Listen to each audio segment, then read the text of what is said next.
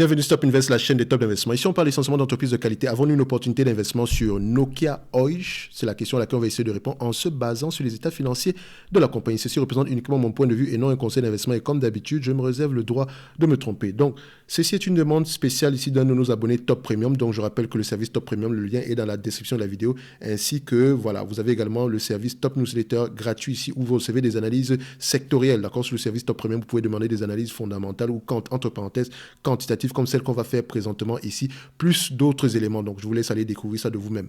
Donc, ici, nous avons une compagnie qui, voilà, je pense que tout le monde connaît Nokia. D'accord, mais ce n'est plus le même Nokia que vous connaissiez avant.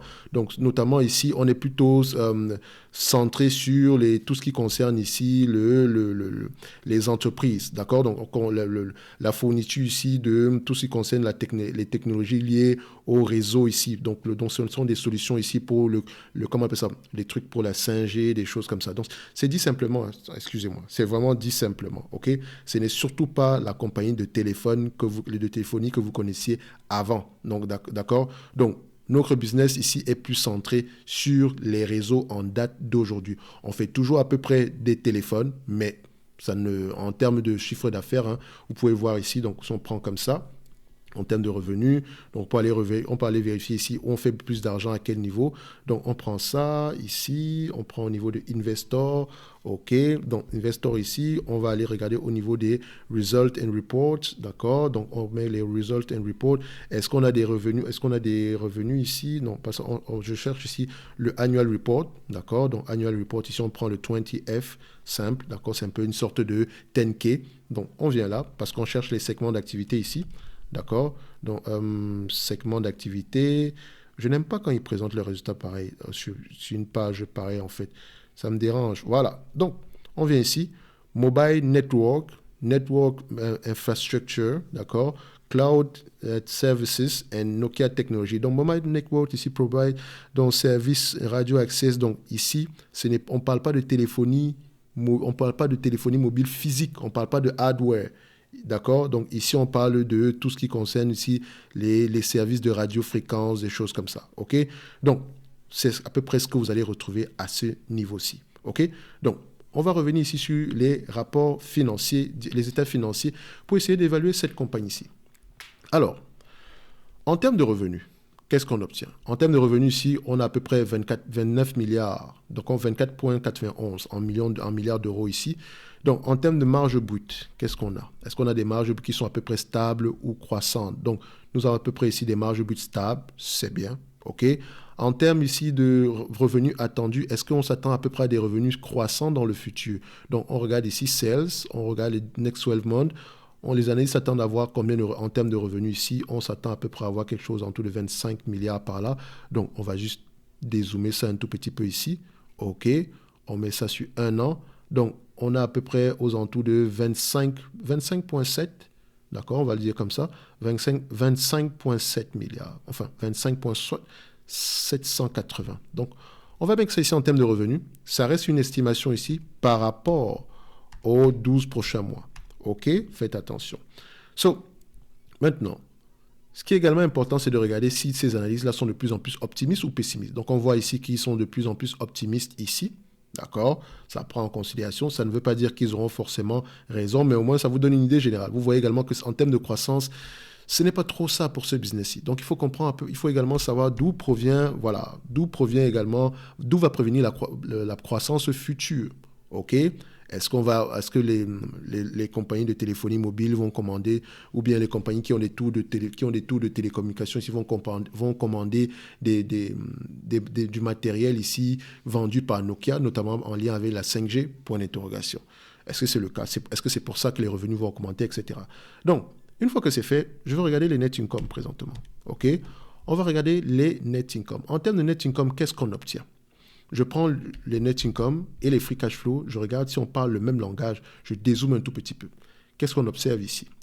On observe que les net income sont tout simplement en dents de scie. Ce n'est pas facile, ce business-ci.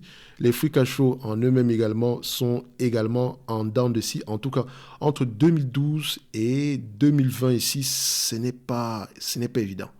Mais à peu près depuis 2020, on arrive à se maintenir un tout petit peu. Je dis bien, on arrive à se maintenir. Est-ce que c'est durable? C'est la question qu'on se pose. Parce que le Nokia de cette période aussi, ça c'est le Nokia avec les iPhones. Avant la période de iPhone, vous voyez que c'était exceptionnel. Mais regardez ce que le iPhone nous a fait. Maintenant, ce n'est plus la même entreprise, mais en termes de bénéfices nets, ce n'est pas évident. Regardez ceci. Cette période, les bénéfices nets free cash flow sont positifs. Après, on traversait du désert. Ici, positif, traversée du désert, et c'est même pas assez évident. Ok, donc il faut déjà faire attention avec ce business-ci en date d'aujourd'hui. Il faut faire très, très attention. Donc, si je prends ici des marges nettes ou des free cash flow, qu'est-ce que je peux prendre en conséquence? Comment on dit ça? Il faudrait voir ici, le management s'attend à avoir des marges de combien?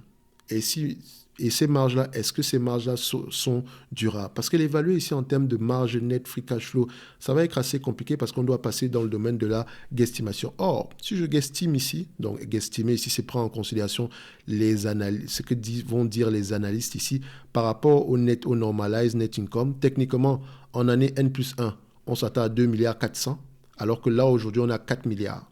OK? Maintenant, en année disons N plus 3, d'accord, on s'attend à voir combien? 2 milliards 700.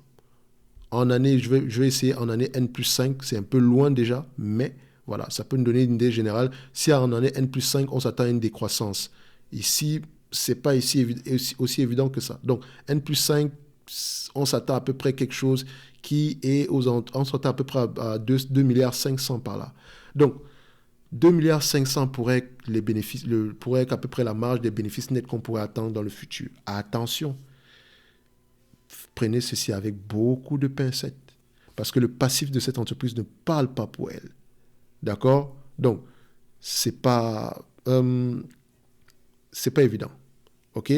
Ce n'est pas évident. Donc, je vais prendre le 2.5 ici. Moi, je sais déjà que ce n'est pas le genre d'entreprise qui va m'intéresser. Ça, c'est sûr et certain. Donc, je prends 2.5. En tout cas, du point de vue quantitatif, il n'y a rien. D'accord? Maintenant, si on arrive à maintenir ici, excusez-moi, je vais prendre ici 2.5 en termes de free cash flow. 2.5 milliards. Je ne prends même pas 59, je prends 2.5. Nombre d'actions. Qu'est-ce que nous avons ici en termes de nombre d'actions? Nous avons ici, en date d'aujourd'hui, nombre d'actions 5 milliards 650. D'accord? Donc, 5 milliards 650. 5.65. En termes de PER, les PER ici, voilà, vu, je vous dirais, le passif de l'entreprise, je ne pourrais pas payer plus de 17 fois les bénéfices, peut-être même pas plus de 15 fois les bénéfices. Et encore, ça dépend même encore en considération, ça dépend même encore de la dette ici. Donc, quand je regarde le niveau de dette en date d'aujourd'hui, on a du cash net, c'est bien. Donc, je n'irai pas à plus de 10 fois les bénéfices. Tout simplement parce que je pense que sachant que les bénéfices nets futurs, oui, ils sont positifs, mais ils sont également incertains. Dans le sens où, qu'est-ce qui me garantit qu'il y a de grandes chances qu'on maintienne ces bénéfices nets-là sur les 10 prochaines années? Parce que moi, je vais investir à long terme. Je ne veux pas investir pour des bénéfices nets croissants uniquement pour les 3 prochaines années. Après ça, on se retrouve à avoir les mêmes problèmes que précédemment. Et je rappelle encore que ce n'est pas la même entreprise que précédemment. Donc, il y aurait peut-être également à creuser un tout petit peu en profondeur pour voir ce qu'on fait exactement maintenant, aujourd'hui, et quel est le potentiel de croissance par rapport à ce qu'on fait aujourd'hui. OK? Ce qui me plaît, c'est qu'on a du cash net. On a du cash net. D'accord? On a assez de cash net. Donc, semble-t-il que le passif de cette compagnie également a parlé pour elle. C'est ce qui lui a permis à peu près de se maintenir ici. Donc, on a du cash net en date aux alentours de 3 milliards 600. OK? Même si on n'a pas rapporté beaucoup d'argent entre-temps, on a quand même du cash net. OK? So, qu'est-ce qu'on fait en date d'aujourd'hui? En date d'aujourd'hui, en termes d'évaluation, je prends mon 2 milliards 500. Je multiplie par 10 fois les bénéfices, j'arrive à 25 milliards. 25 milliards ici, voilà, plus mon cash net. D'accord? Admettons même que je ne prends même pas le cash net divisé par le nombre d'actions, on sera à peu près correctement évalué en date d'aujourd'hui. C'est bien 25. On sera à peu près correctement évalué en date d'aujourd'hui. D'accord? N'oubliez pas, ça prend en considération des bénéfices nets d'au moins 2 milliards 500. S'ils sont plus élevés que ça, pour une longue durée, tant mieux.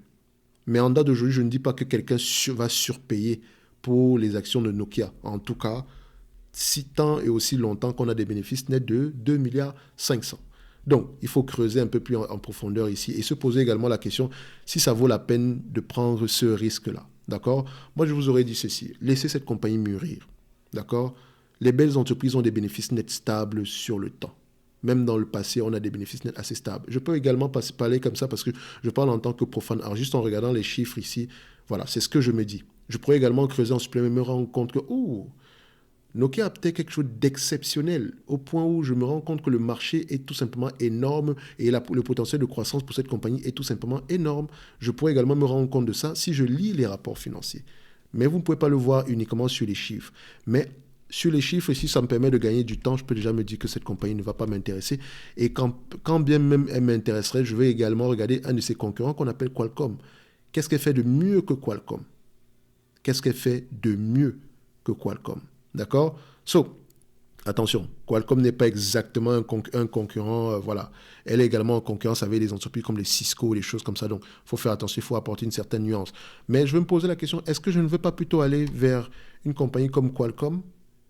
C'est la question que je me pose. Est-ce que je ne veux pas plutôt aller vers ce genre d'entreprise-là, qui a à peu près des bénéfices nets stables dans le temps? D'accord? Est-ce que je ne vais pas aller sur...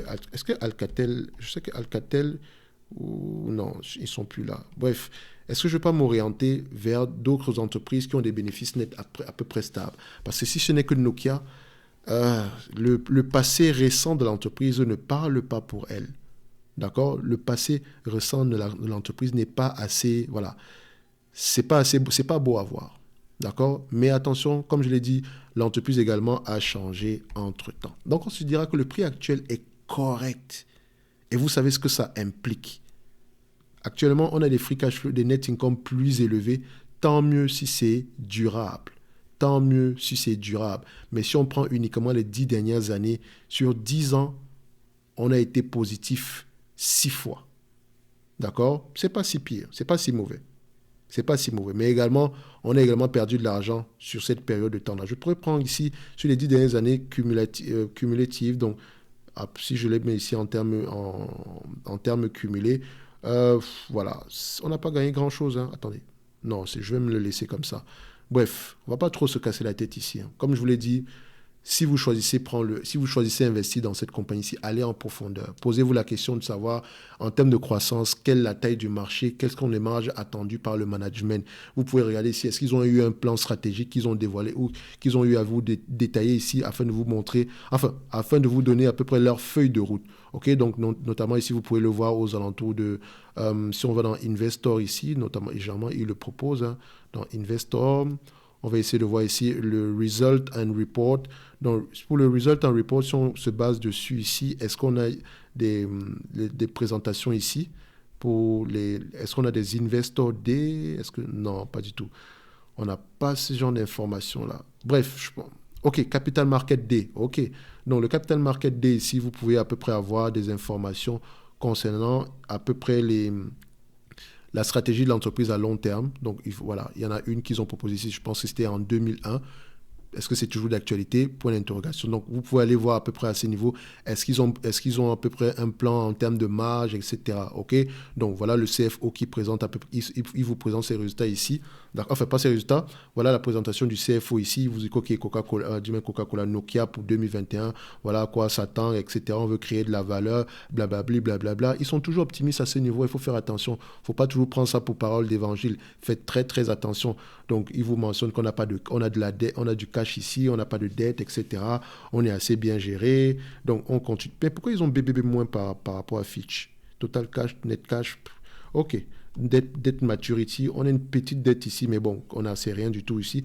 Qu'est-ce qu'on s'attend à quoi? Capital free cash flow positif. On ne vous donne même pas le nom du free cash flow, mais on vous dit qu'on aura des free cash flow positifs. Les marges ici, à peu près entre 7 et 10%, d'accord? Positive free cash flow expect in 2021. C'était vrai, ils ont eu des free cash flow positifs ici, mais à beyond 2021, OK, donc voilà les prévisions, vous voyez?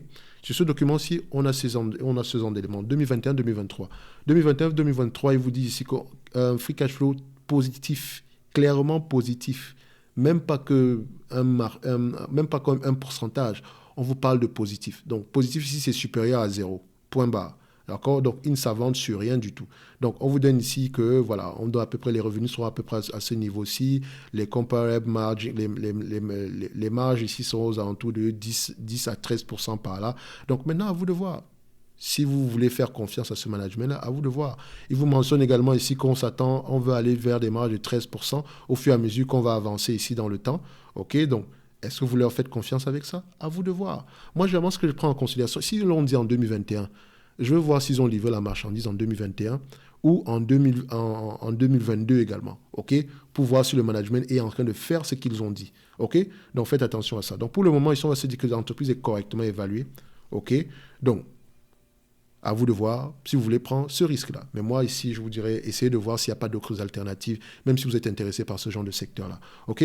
Donc, on va se donner rendez-vous sur la prochaine vidéo. N'oubliez pas, le service Top Premium est dans la description de la vidéo, ainsi que le lien vers le service Top Newsletter pour des gratuits, qui est gratuit, d'accord, pour des analyses sectorielles. Donc, on va se donner rendez-vous sur la prochaine vidéo. Et d'ici là, portez-vous bien. Merci.